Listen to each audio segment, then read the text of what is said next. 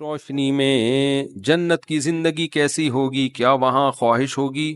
وہاں تو خواہش ہوگی، کیا وہ پوری ہو جائے گی؟ نہیں، جنت میں گاڑیاں ہوں گی، جنت میں ہر خواہش پوری ہوگی۔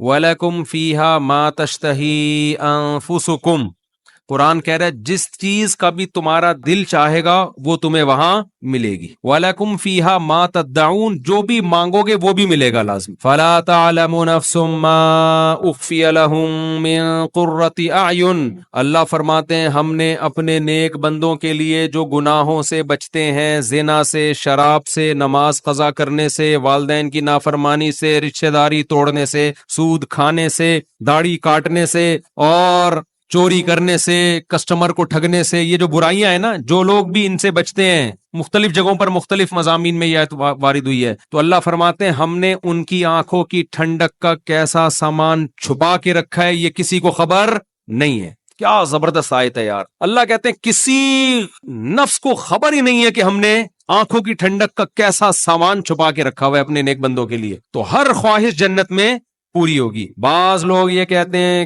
کہ بعض لوگوں کی تو خواہشات ہی الٹی سیدھی ہوتی ہیں، تو یاد رکھو جنت میں کوئی غیر فطری خواہش انسان کو ہوگی ہی نہیں، سمجھتے ہو؟ کوئی ایسی خواہش نہیں ہوگی جو انسان کی نیچر سے میچ بولو نہیں کر، سمجھتے ہو نا؟ اکثر خواتین یہ سوال پوچھتی ہیں کہ ہم نے ایک میاں کے ساتھ بمشکل گزارا کیا، ظالم میاں کے ساتھ نبھایا بچوں کی خاطر، اب وہ مر گیا، ہم نے دوبارہ شادی نہیں کی، تو علماء سے یہی سنا ہے کہ جنت میں یہی والا ملے گا جو لاسٹ میں آپ کا میاں ہوگا، تو ہماری تو خواہش ہے کہ ہمیں یہ والا نہ ملے، ہمیں تو وہ والا ملے، کوئی سا بھی ان کی نظر میں ہوتا ہے، سمجھتے ہو؟ تو اس کا جواب یہ ہے کہ یہ جو میاں ہے اگر یہ برا تھا تو جنت میں جائے گا ہی نہیں، اصل تو پھر یہی ہے کہ اس کو سزا ملے گی تو کسی اور ڈپارٹمنٹ میں ہوگا، پھر اللہ آپ کا نکاح کرا دیں گے کسی انسان کے بچے سے جو کہاں جائے گا جنت میں۔ اور اگر یہ جنت میں گیا کسی کی سفارش کی وجہ سے تو اللہ آپ کے دل میں اس کی محبت پیدا کر دیں گے۔ یہاں خواتین کہتی ہیں یہ والا کس کی ڈیزائننگ ہی ٹھیک نہیں ہے، تو دیکھو اللہ کو یہ قدرت ہے، یہ پرانی گاڑیاں کمپنی میں ریپیئر ہو کے نہیں ہو جاتی ہیں کہ نہیں ہو جاتی، تو پرانا میاں کیوں ریپیئر نہیں ہوگا؟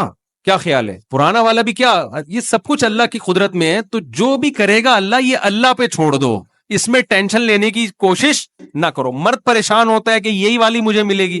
ایک آدمی کی بیوی کی ڈیتھ ہوئی تو دفنا کے آ رہا تھا، بجلی کڑکی نہ، کہہ رہا ہے لگ رہا ہے پہنچ گئی ہے، وہاں جا کے بھی ایک دم اس نے تباہی مچا دی ہے، تو اب یہ والا چاہے گا کہ یہی والی ملے، تو اب اس بحث میں پڑنا فضول ہے۔ جب اللہ نے کہہ دیا کہ کوئی ٹینشن نہیں ہے اور راحتیں ہی راحتیں ہیں، تو سمجھ لو کہ یہ والی ریپیئرنگ کے بعد ملے گی تمہیں، یہ وہاں جا کے کڑکے گی نہیں، کیونکہ جنت میں کوئی پھڈے بازی نہیں ہے، محبتیں ہیں، اللہ قیلن سلامن سلاما، ہر طرف سے سلامتی کی صدائیں ہوں گی، تو اس لیے کوشش اس کی کریں کہ جنت میں چلے جائیں۔ تو یہ بڑا مسئلہ نہیں ہے کہ یہی والی ملے گی یا وہ پڑوسن ملے گی اس کی والی مجھے مل جائے گی، میری والی اس کو، یہ اصل ٹینشن کی بات نہیں ہے، یہ ٹینشن نہ لیں، یہ میری اور آپ کی ٹینشن نہیں ہے، یہ اللہ کی ذمہ داری ہے، اللہ ہم میں سے ہر شخص کی خواہش پوری کرے گا۔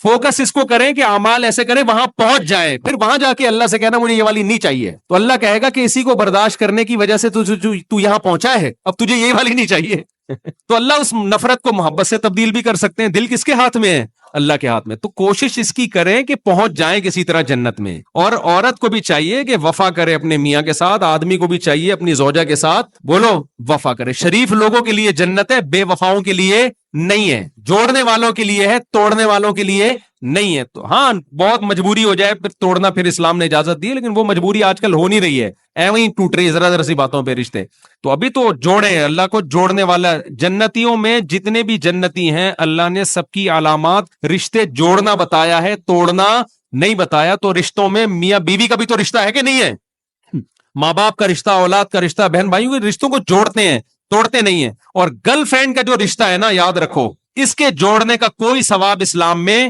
نہیں ہے۔ غیر مسلموں میں گرل فرینڈ کا کلچر ان کے کلچر کا حصہ بن چکا ہے، اسی وجہ سے یہ چیز مسلم سوسائٹی میں بھی امپورٹ ہو رہی ہے۔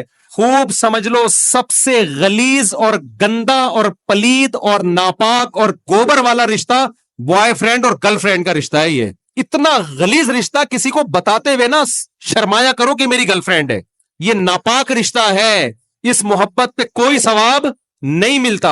ان کا فزیکل ریلیشن ہوا، 4 گواہوں سے ثابت ہو گیا ان کمبختوں نے زنا کیا ہے، تو اسلام کہتا ہے ان کو کوڑے مارو۔